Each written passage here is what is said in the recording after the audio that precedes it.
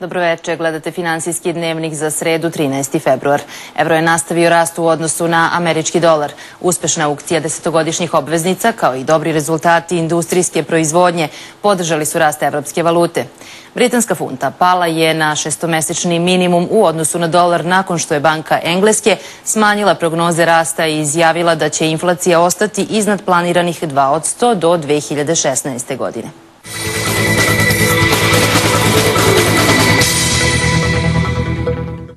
Cene japanskih akcija su pale kako je jačanje jena smanjilo izglede zarada izvoznih kompanija. Indeks tokijske berze Nikkei 225 se nakon pada na 11.175 tokom azijskog trgovanja malo oporavio, tako da se pred kraj evropskog trgovanja kretao oko 11.311.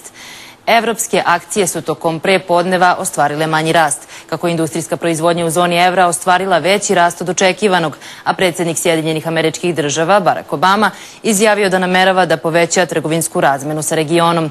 Nemački DAX 30, koji raste već drugi dan za redom, tokom evropskog trgovanja dostigao je nedeljni maksimum, popevši se na 7.721.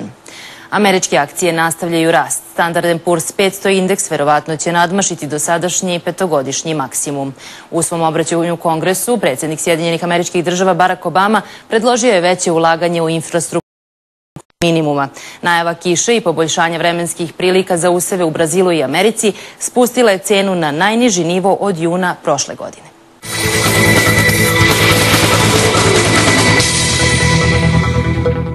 Kao akciju dana možemo da izdvojimo kompaniju Cisco, za koju se danas očekuje objava rezultata. U predtrgovanju cena akcije je porasla za 10 centi na $21,07.